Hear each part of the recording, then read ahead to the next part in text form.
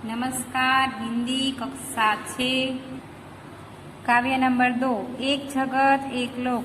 समझौते के बाद स्वाध्याय पोथी गृह कार्य दिया गया था। आज हम उसकी जांच करेंगे। आप मेरे साथ आपकी स्वाध्याय पोथी देखते रहेंगे।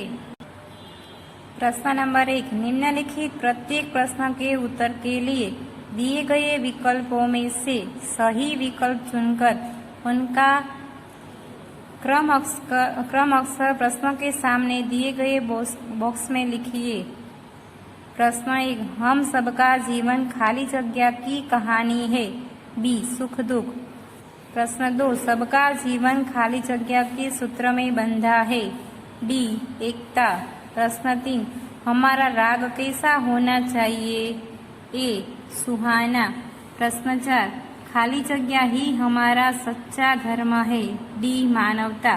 प्रश्न 2, कोष्ठक में से उचित शब्द चुनकर रिक्त स्थानों की पूर्ति कीजिए। प्रश्न 1, खाली जगह है सुख दुख की एक कहानी, जीवन। प्रश्न 2, हर्ष भरे गाए हम खाली जगह सुहाने, राग। प्रश्न 3, राष्ट्रों में खाली जगह यही कर्म हमारा, ऐक्य। प्रश्न 4, हिल मिल के लहराए खाली जगह का निशान, विश्व शांति। प्रश्न 5, हम सबके खून का खाली जगह एक जैसा है, रंग। प्रश्न 3, सही वाक्यांश चुनकर विधानों को पूर्ण कीजिए।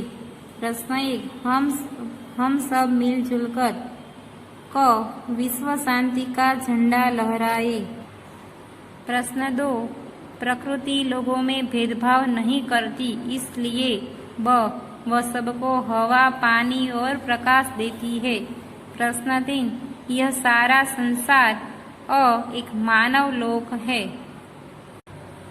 प्रश्न 4, निम्नलिखित प्रश्नों के उत्तर एक एक वाक्य में लिखिए। प्रश्न 1, हमारा जीवन क्या है। उत्तर, हमारा जीवन सुख दुख की एक कहानी है। प्रश्न 2, हम कैसे तराने गाएंगे। उत्तर, हम मानव जाति की समता और ममता के तराने गाएंगे।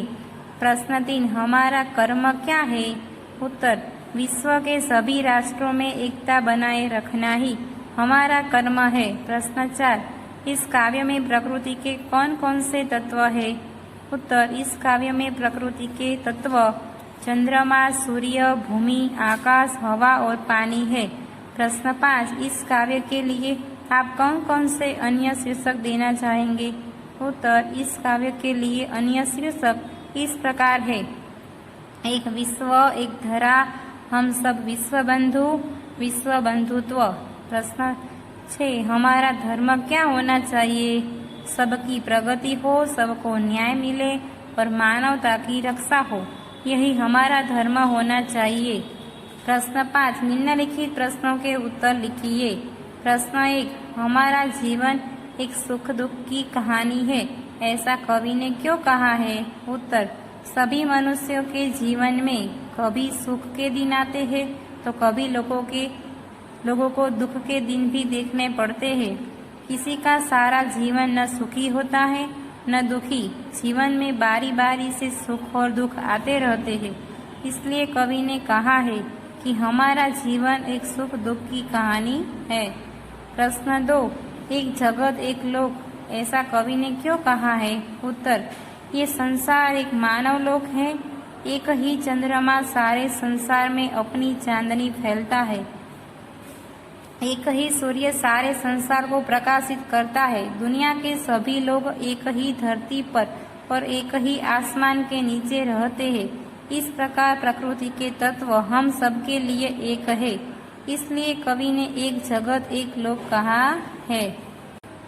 प्रश्न 3, एक रक्त का अर्थ समझाइए। उत्तर, मनुष्य चाहे किसी भी देश, जाति और धर्म का हो, उसके रक्त का रंग लाल ही होता है।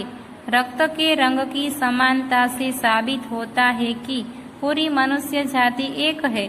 भले ही हमारा रूप रंग भिन्न हो, पर भीतर से हम सब एक। प्रश्न 4, घर घर में कौन सा मधुर गान गूंज रहा है। उत्तर, संसार के सभी मनुष्यों के जीवन में हर्ष हो, सब सुहावने रागों में अपना आनंद प्रकट करे, पूरी मानव जाति में एक दूसरे के प्रति प्रेम की भावना हो, ऐसी आकांक्षा से भरा हुआ मधुर गान घर घर में गूंज रहा है। प्रश्न 4, सभी नदियां अलग है, फिर भी कवि क्यों कहते हैं कि एक ही पानी? उत्तर, सभी नदियों के पानी की वैज्ञानिक संरचना एक जैसी है। सभी नदियों के पानी का मनुष्य के लिए समान उपयोग है, इसलिए कवि अलग अलग नदियों के पानी को एक ही पानी कहते हैं।